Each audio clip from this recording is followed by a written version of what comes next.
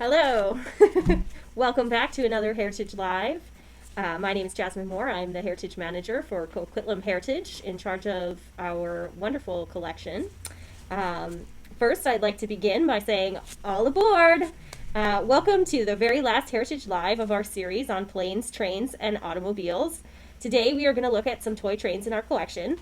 I would like to first thank the lovely and talented Miggy Ferreira for his assistance today. I would also like to thank Nolan Nadu for his help with the photos, and Jessie Lavery for her assistance with research. Now, again, I am no expert on trains, but I'm going to do my best. If you have any questions or comments, please be sure to let us know. So, first, a bit about the history of toy trains. Wood and metal toys resembling trains first were introduced around 1860. They were used on display in department store windows. Lionel, Marx, Marklin, and Hornby are some of the big names that made toy trains.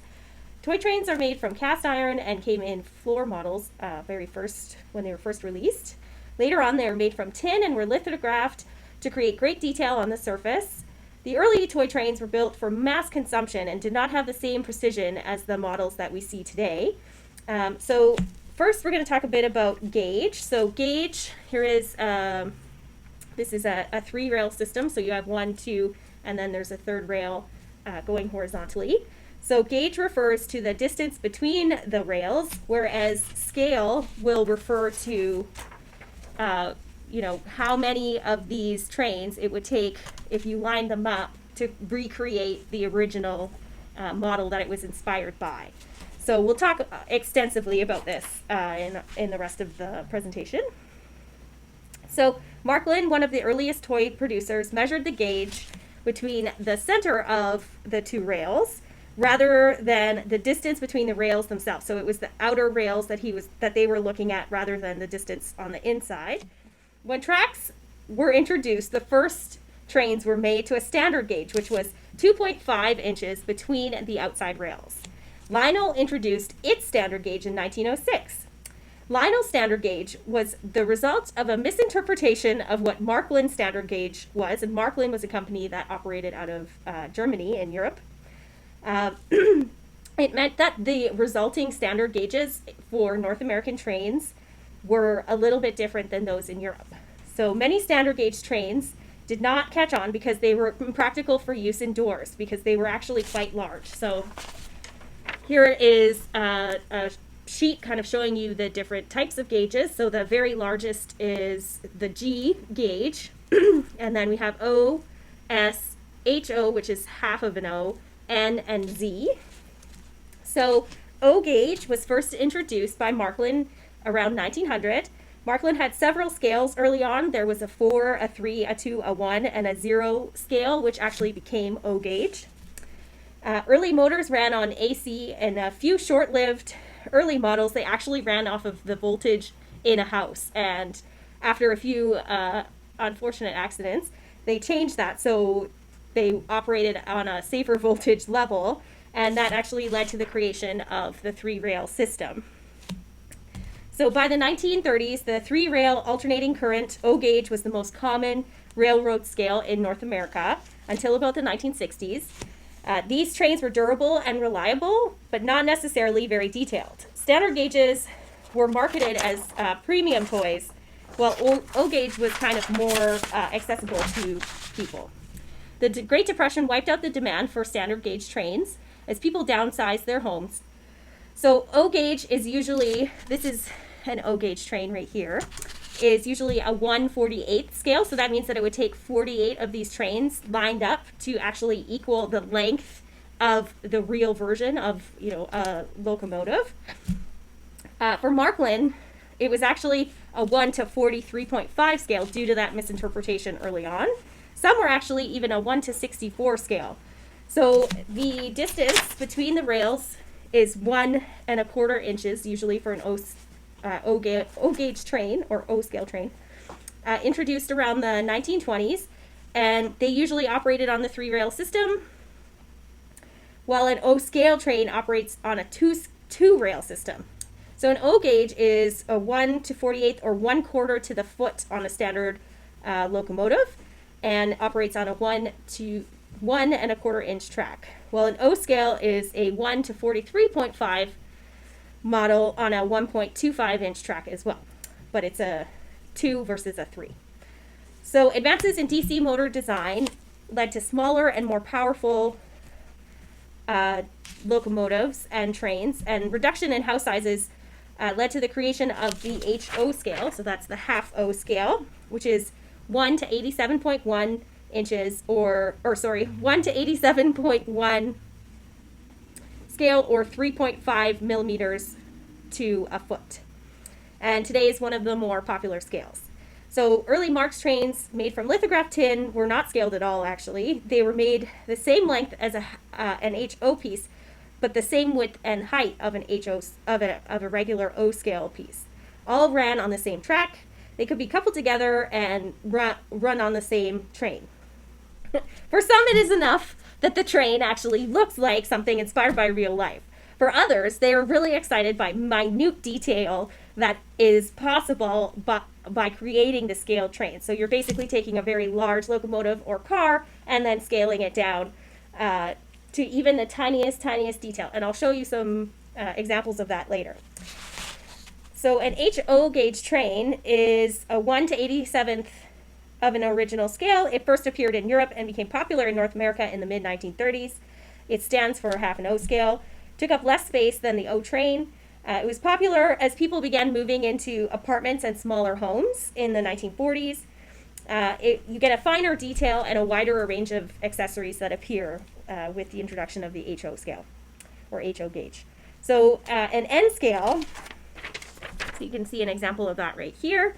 These were first introduced in the 1960s, and it's a 1 to 60 scale, so it takes 60 of the N scale trains to equal the same length of a larger model, and it is the second most popular scale today. They also have something called a Z scale, which was introduced in 1972 by Markland, and it is a 1 to 220 scale. A T scale was introduced in 2007 in Japan, and it is actually a 1 to 440 scale train. So they're very, very small.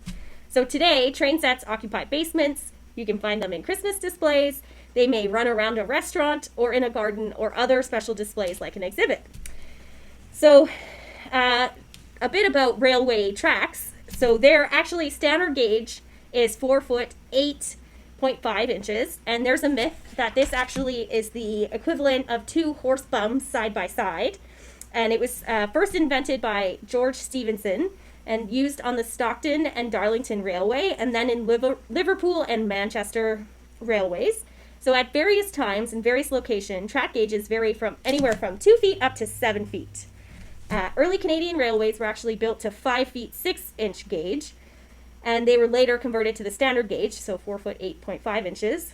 Russia actually uses a 5 foot gauge, and India uses a 5 foot 6 inch gauge, while 2 foot 3 inch gauges are used in mining railways on branch lines, short lines where cost may be a factor, so they're quite a bit smaller. So let's look at this classic locomotive here to talk a bit about the parts of a traditional locomotive. So the light on the front, it projects in front of the train so they can see where they're going, known as a headlamp. There's usually something around here that is known as a marker jewel. It's a red, green, or amber, and it indicates the schedule of a train. There's this part here, if you can see that from the side. It's the triangular projection on the front of a locomotive. This is known as a pilot or a cow catcher, and that's to kind of push things out of the way. Hopefully not a cow, because I don't think that a cow would probably survive that. It's kind of a really inappropriate name, but that's what they're called. Smokestack on the top of the locomotive to release smoke from the boiler. We have a sand dome, so they store sand up here at the top of the engine to provide traction, so it kind of weighs it down, so it's not kind of, going off and flying off the rails, as they say. There's a steam dome as well, which contains a main steam pipe, which should be kept above the water level in the boiler. There's usually a bell, so we have a bell right here, and that is used at railroad crossings. crossing a grade or sometimes at a station. There's also a whistle, and that's a signaling device when, you know, the bell's a little bit of a subtle, like, hey, we're coming, but the whistle is like, get out of the way, you're in my way, you know, to warn railroad workers or others if a train is approaching. And then there's the trailing truck, which supports the weight of the locomotive. This is known as a drive rod, and that just helps to convert the horizontal motion into a rotary motion of the driver wheels. And often you will see a tender car located just behind a locomotive like this, and that's where they would keep the fuel for the boiler, which is usually located back here, and that would be coal or wood or some other type of fuel. So here is our locomotive. So locomotives are named according to the number of wheels they may have, and that's based on something known as the White notion, WHYTE, because I believe that he named it or invented it. And they count the number of wheels, the leading wheels, and then the driving wheels, and then the number of trailing wheels. And this is usually something like 462. And the number of wheels on a locomotive will affect how it operates based upon the speed, the turn radius, and the weight of the locomotive itself. So the leading wheels guide the locomotive at high speeds, while the trailing wheels support the firebox, so back here, and then the driver wheels in the middle, they transmit the engine power to the rails, and the bigger the wheels, the faster the engine will go. So there is our locomotive, and we're gonna look now at our first example. So this is a cast iron floor train, and I believe it was made possibly by Hubley around 1900. There's actually a piece missing. It's in some pretty poor shape, unfortunately. There's a piece missing off the front that would have been the cow catcher, and this would have been a part of a set. So something that a kid would just, you know, play for hours with on the floor. And this may go with this car here, which is another cast iron car, which I believe may also be a Hubley, because the coupling is very similar to other Hubleys I found. But in my research, I was not able to identify this car as a Hubley. I was not able to find another example of it, but I think it's likely that these two go together. They have a very similar finish and a very similar patina. They're quite rusted, which means they were very well loved in their day when they were played with. So I saw reference to this one being inspired by the Pennsylvania Railroad. So at the time this train was released, the Pennsylvania Railroad was one of the biggest in the United States. For most of the 20th century, it was one of two dominant eastern United States rail franchises. The other one was New York Central, and I will be showing you an example of that later on. And actually, New York Central merged with the Pennsylvania Railroad in 1968 to form Penn Central. So the first line for Pennsylvania Railroad opened in 1854. As rail lines expanded, by 1887, it had introduced its first passenger cars with vestibules at either end to allow for easier transport in between cars. These fully enclosed trains ran between New York City and Chicago, and its eastern terminus was located in New Jersey. At its height, it employed over 100,000 people and served half the population in the United States. In the 1920s, it carried nearly 3 times the traffic of other rail lines of comparable length, like the Union Pacific or the Atchison, Topeka, and Santa Fe. They were also the only one offering competition to the New York Central Rail Line, which only operated about 3/4 of the capacity of others. So in 1968, as I said, it was absorbed by New York Central and eventually went by the name of Penn Central, and they filed for bankruptcy actually within 2 years of merging. So it was kind of destined to fail, unfortunately. So this car is again a cast iron floor train, and it has America embossed onto the surface of the cast iron. There's also, little steps leading up to a door here, and this one is also in very bad shape. It's missing its back wheels. It does still have its front wheels intact though, so that's good. Again, I believe it's possibly by Hubley, but if anybody knows, please let me know if you have an example of this in your collection. I have found examples of other Hubley floor trains, as I said, but none of them that actually said America on the side. So I believe this may be modeled after a Pullman car, and we'll talk more about those when we get to the Hornby trains in a little bit. So there's our first example.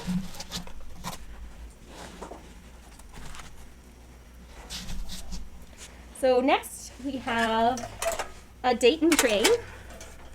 So this is quite a large floor model, floor train. It would have been a hill climber. It is missing, unfortunately, it is missing underneath. There would be a flywheel mechanism, and this one, I guess, was taken out at some point and never put back in.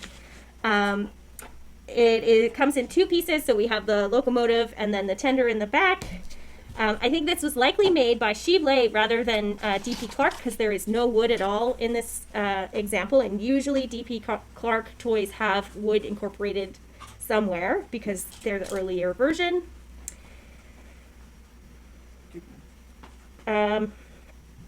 So Dayton came later and produced toys into the 1930s. I think this is likely early. I have found one that's very similar, dating to about 1929, so it may be as late as that. But it's quite beautiful. It's made from pressed steel, and then we have a lovely red enamel paint over the surface. And it's got some great gold detailing. And again, you have the smokestack, and then you have your sand dome and your steam dome and the drive train and the cow catcher right at the front. So there is our Dayton train. They're not all going to be that big. This is our next car. We have another, what I believe to be a Dayton trolley, dating to about 1910. So this is a very unique piece, and again, it would have had a flywheel mechanism, but that seems to have been removed. And it is green and gold, made from pressed steel with the enameled paint and the lovely red roof. It's actually made in two pieces, so this base is all one piece, and then this was put together. There's a little there's three metal tabs along the body. So I found one other example of this trolley, but it was actually like a mustard yellow color. So I think this one is quite rare because it is this lovely green color. And yeah, there you go. This is our Dayton trolley. It may be a Chevrolet based upon the wheels, because you should be able to identify most of the Dayton toys based upon the wheels, and these are very similar to Chevrolet wheels. In our records, it was actually identified as a Dent trolley, which would indicate that it was made from aluminum, as that was their specialty. And I really don't believe that this is a Dent trolley. The one I found that was almost exactly the same was a Chevrolet, so I believe that's what it is. But if you know, prove me wrong. I'll be happy to hear. Next, we have this example. So this is a hill climber toy, I believe, by D.P. Clark, dating to about 1898. It is likely restoration. It's missing the flywheel and mechanism as well. So it actually says, so hill climber was a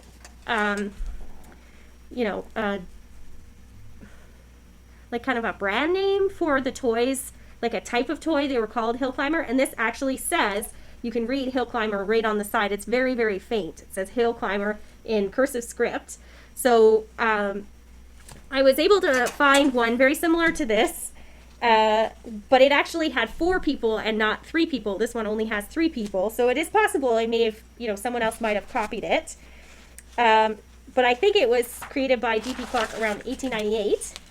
And there is also a similar one in a Chevrolet catalog from 1929. And it would have actually been attached to another train called the Express train. This one does have couplings on either side, but they're quite small, so I'm not sure if that is the case or what. So yeah, there is our trolley car. So So to talk a little bit about streetcars while we have this in front of us, the first streetcars were actually pulled by horses, and they were known as omnibuses. And these usually pulled an enclosed wagon behind them, and they would have had benches inside with people facing one another, and then they would have had the horizontal benches on the top. They usually had 2 levels. There was no tracks for the early omnibuses. They just ran on the road. They were in operation from about 1826 till the 1880s. And around 1860s, with advances in steel production, these wagons could run along rails that were set in the road, which actually increased their speed because the rolling resistance was gone. They could carry more passengers per day than those that did not have rails. The first streetcar lines appeared around 1832, running in downtown New York, from downtown New York to Harlem by the New York and Harlem Railroad. The next one opened in 1834 in New Orleans, and that one is actually still in operation.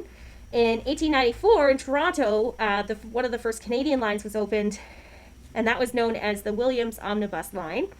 It used horses and sometimes mules to pull the omnibuses, and streetcars drawn by a single animal, so that's just one animal, were known as bobtail streetcars.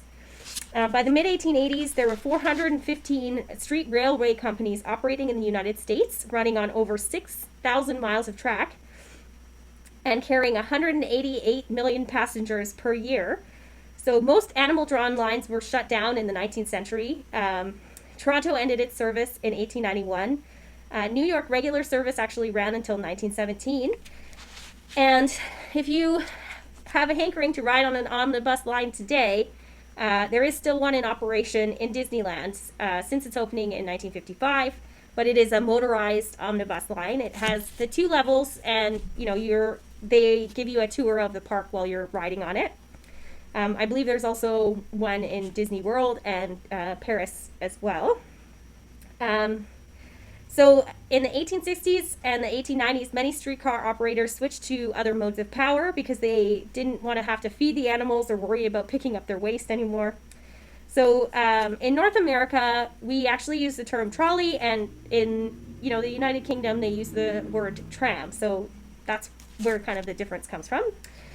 And that's based on a system that was implemented by Frank J. Sprague, who created a system in Richmond, Virginia, and that was in operation from about 1888. And he actually was one of the first to invent the use of a trolley pole, so you'd have something coming up that would connect to a line that would be, mounted above the trolley, picking up a DC current. And this pattern was actually adopted by many other cities. By 1889, there were 110 electric railways across several continents that used the Sprague system. By 1895, there were almost 900 street railways built in the United States.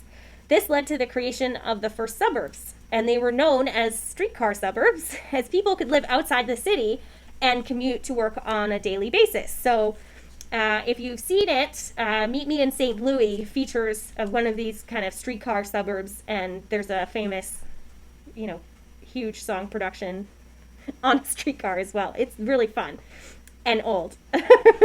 But it features Judy Garland, and who doesn't love her, right? I don't know. Well, maybe a lot of people, but I like her. And it's a good movie. So interurban lines also emerged, traveling between cities and served remote rural areas. In British Columbia, we had the BC Electric interurban line, which ran from Vancouver, I think, as far as Chilliwack. And the Great Depression led to the closure of many streetcar lines in North America.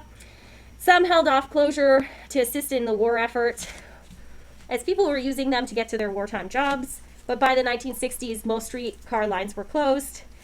City buses were seen as a more economical means, and there was a lot more flexibility. You could get to side streets and things like that. And you could carry like a similar number of people that you could on a streetcar, but you didn't need to have the infrastructure like tracks running through the road. So today there are still trolley cars operating in San Francisco and New Orleans. And like I said earlier, New Orleans first opened their streetcar system around 1835, and San Francisco's actually dates to 1873. So there you go. There's our streetcar trolley tram.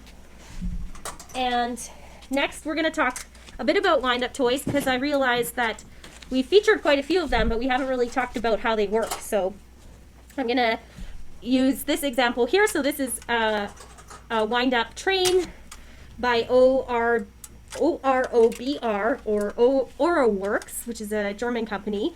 And it has a little key down here that you would spin, and that would wind the spring located on the bottom, and that makes the car go. So many wind-up trains like this are often operated by what's known as a clockwork mechanism. Wind-up toys are powered by keys and cranks that activate small springs which turn tin plate gears when released. Mechanical parts are hidden in the base or the widest section of the toy, so down here. And the earliest wind-up toys were actually made for adults. And these were rich Europeans. The toys were known as automatons, first made for the Dauphin of France around 1660, and they later appeared at the Paris Exposition in 1738. So the earliest ones were human figures made by Jacques de Vaucanson. He also made a duck that could eat, drink, quack, and swim. In the 19th century, more affordable versions were made in Paris by Lucien Bontemps. And usually these were dolls that performed movements like to the tinkling of music boxes that were hidden underneath. So they were still designed as adult novelties, not necessarily for children to play with. I think at that time you'd get, maybe a carved toy from your daddy if you were lucky, or something maybe your mom sewed together. By the late 1800s, simple wind-up models made from painted tin were actually created for children. Often the subjects were taken from adult life. They ran for a few minutes. They might climb a ladder, write a letter, and they used cheaper materials than the adult version. So, an adult version might be made from porcelain or wax, whereas something made for a child would be made from composition, cardboard, or tin. And these were usually racing horses, carousels, figures that on a bicycle, or wobbly drunks, because I guess that's what you saw a lot of back in that time. These late Victorian toys reflected the social and political climate in which they were made. So circus-themed toys were actually one of the more common things to see. The acrobatic clowns would appear to walk on their hands, or trapeze performers would swing in the air. So in France, they were made by Ferdinand Martin, and in Germany it was a company called Lehmann, and I believe we actually have an example of the Lehmann toy on display right now. They were very prolific designers in early Europe. They cut their figures from sheet iron and assembled them using small tabs, very similar to the way that this is actually put together. There's several small tabs, but this one is made from tin. It's very light. And in the US, they were first kind of introduced around 1860, and they created the same style of movement using the inner workings of clocks, and they primarily focused their manufacturing in northeastern United States, where the clocks were actually also being made. Within 3 decades, clockwork toys were discontinued as cheaper European toys flooded the market. So in the United States, they were made by names like Strauss or Marx. So we do have some examples of Marx toys. And they developed wind-ups in order to compete with European imports. You may remember from, I think it was the trucks, we were talking about the fact that a lot of things came from from Europe, and then after World War II, we had to do a lot more of our own manufacture of toys. So the ones created in the States reflected kind of new childhood passions like Disney characters, cowboys, and robots. And the introduction of plastic and other synthetic materials resulted in a major decline of wind-up toy production. So again, this is our locomotive by Oro Works, or ORBR, and it was made around 1910 to 1920 in Brandenburg, Germany. And the company was ran by Riel, Blechschmidt, and Mueller, and they made inexpensive toys before World War I, and then again until about 1922. The company was dissolved in 1931, taken over by Greffert and Kelch. G&K, or Gunka, is the other name that it goes by. That was founded by 3 partners.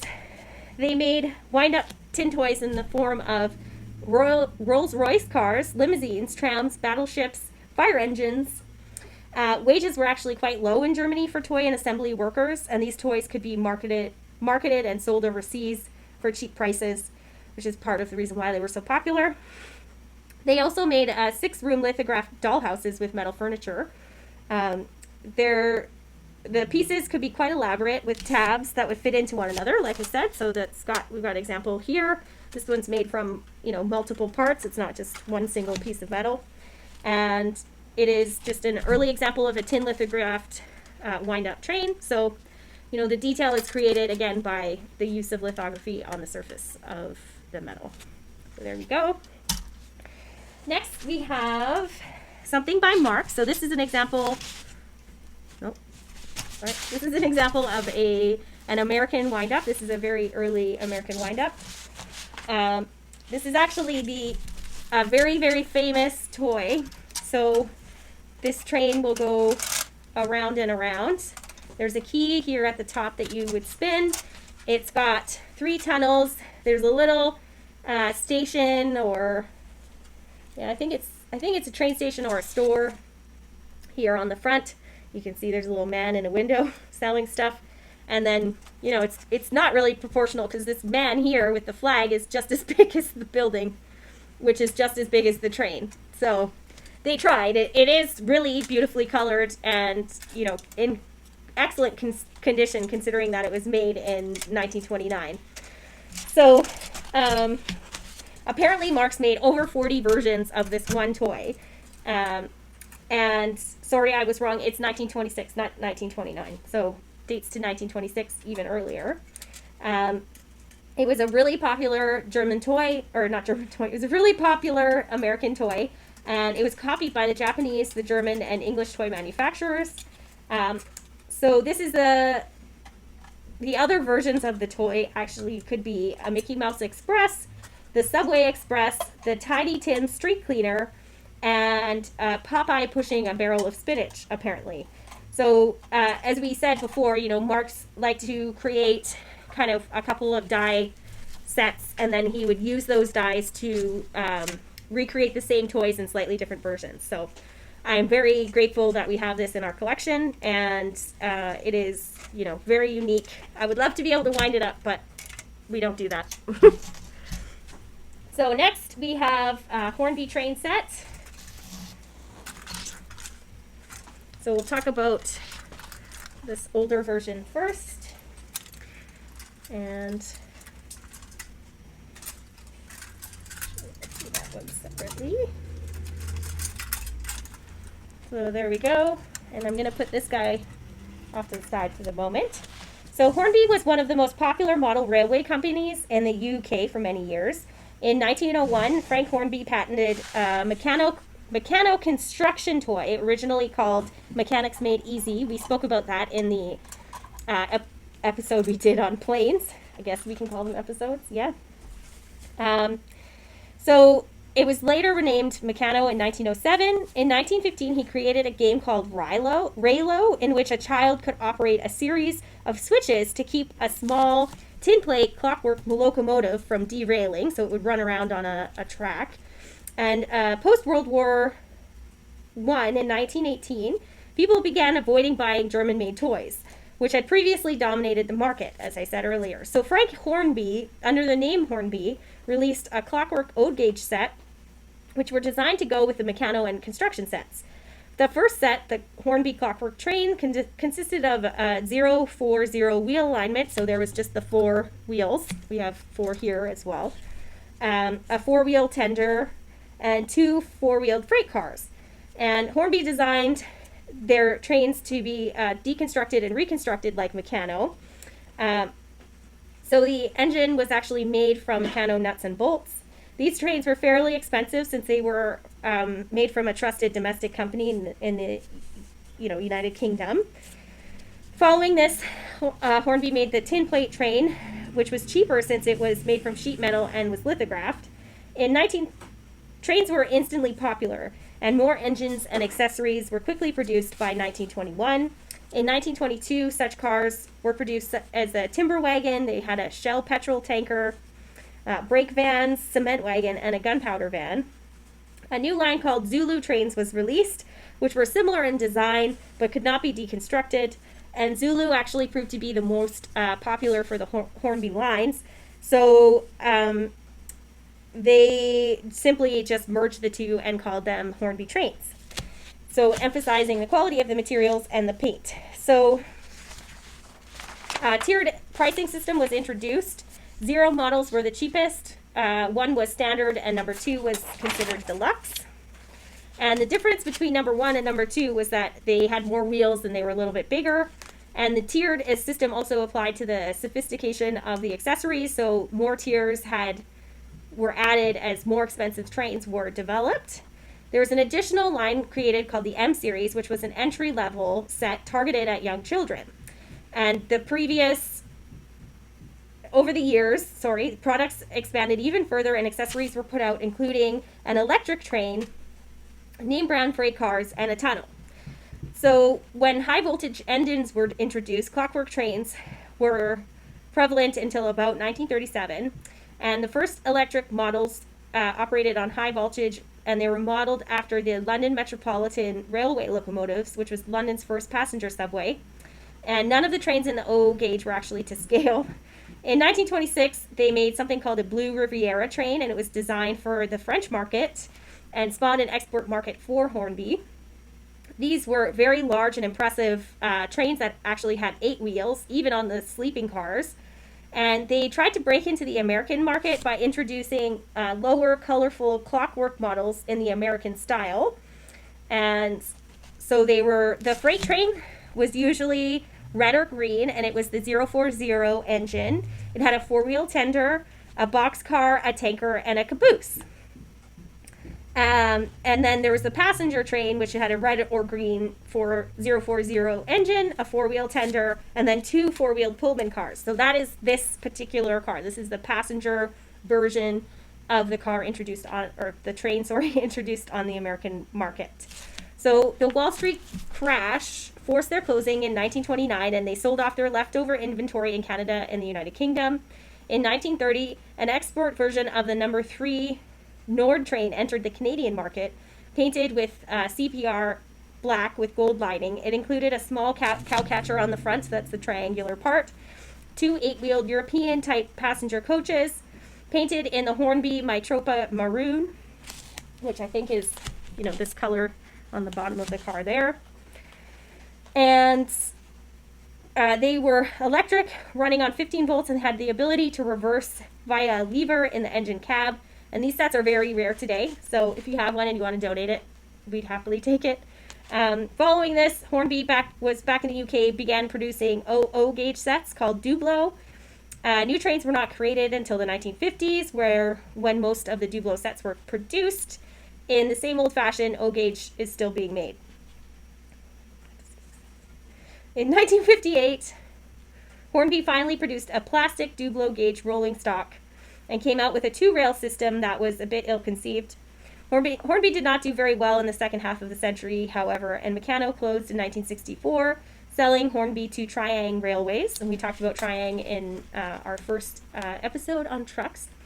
In 1972, Triang was disbanded and sold the Hornby name to Dunby Comex Marks, which I guess, was the latter version of the Marks company that we just saw earlier. The demographic changed. Most people today don't really, have a toy train set running in their basements unless they're an adult hobbyist. And the Hornby responded and upgraded the range of trains that they offered. And in 1980, Dunby Comex Marks was liquidated, and Hornby was actually just turned into Hornby Hobbies. And they introduced a profitable line in the early 2000s, including a Thomas the Tank engine set and the Hogwarts Express from Harry Potter. So that's pretty cool. It's a company that's been around a long time.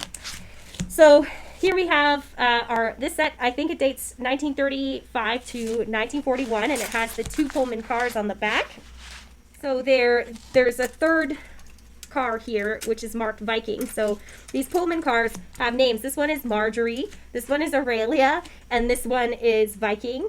And they apparently work really closely with the Pullman company when naming their cars and when designing the cars. So the real life version of these cars, which I will talk about in a little bit, they actually had names in real life, and you can date the inspired car based upon the name. So Aurelia dated to 1924. Marjorie also dated to 1924, and the Viking car seen here also dated to 1924. So this here would have been sold as a set, and this was actually not sold in a set. So you would have had to purchase the Viking car separately.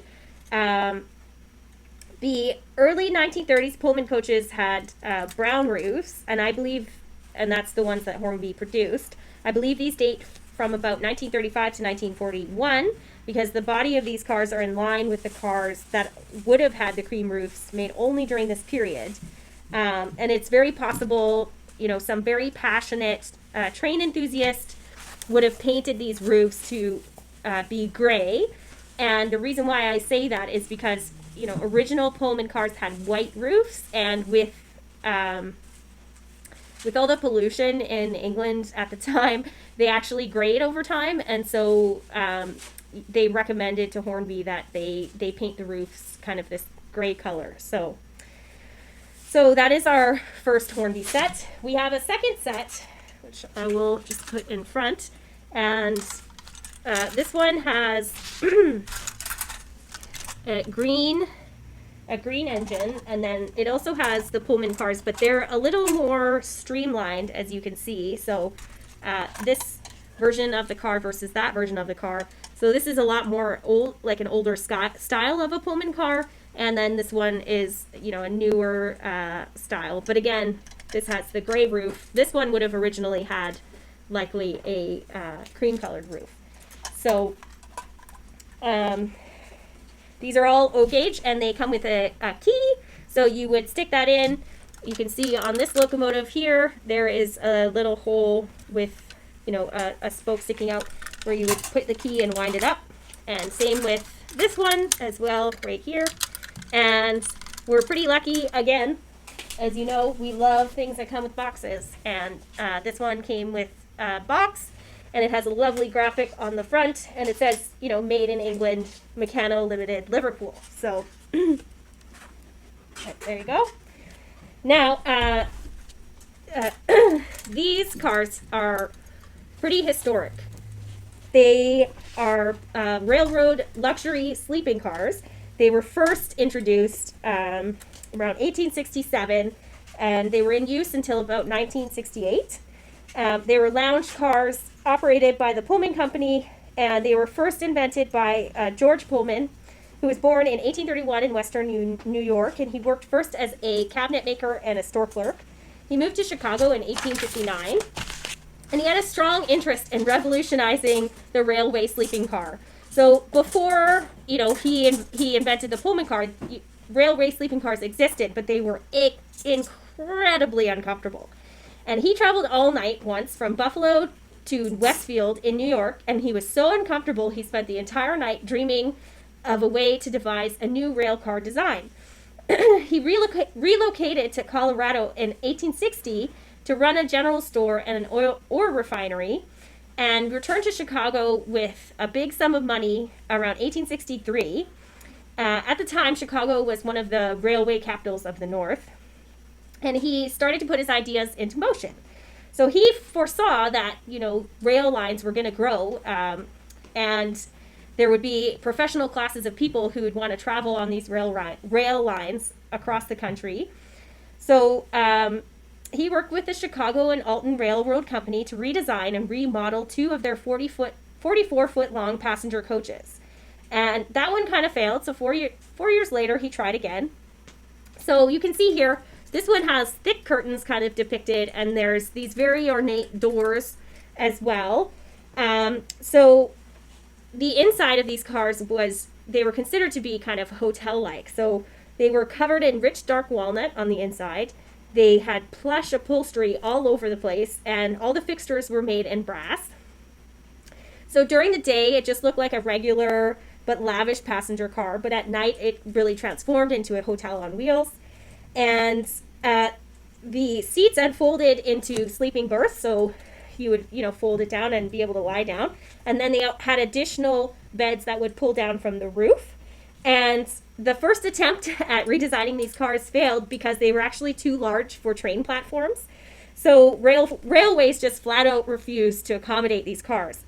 And it was, I guess, a bit of a blessing, although, not really, because he was such a great man. But they introduced a Pullman car to the train that was carrying the body of President Lincoln during his funeral in 1865. And because that Pullman car was used, they actually had to, they kind of forced the railway companies to adjust their platforms. And after that, being used in such a prominent kind of very visible public spectacle, they became incredibly popular. And all the railway platforms between Chicago and Springfield, had to be renovated to accommodate the railway car. So in 1867, at the age of 36, Pullman established the Chicago-based Pullman Palace Car Company, which they really were palaces on wheels. And this revolutionized travel because it eliminated the need to stop for meals. So the line included things like gourmet meals in the dining cars. They had chandeliers inside the passenger cars, electric lighting, which was not very common at the time, table lamps with silk shades, leather seating, advanced heating and air conditioning. And as railway networks grew, so did the demand for cars like this. And after a bad railway strike in 1887, which ended with 12 deaths, Pullman sought a solution to, his quote-unquote labor problem by attempting to create a clean, safe working environment for his employees. And he actually created a company town named after himself in Hyde Park area of Chicago, and he provided his employees with housing.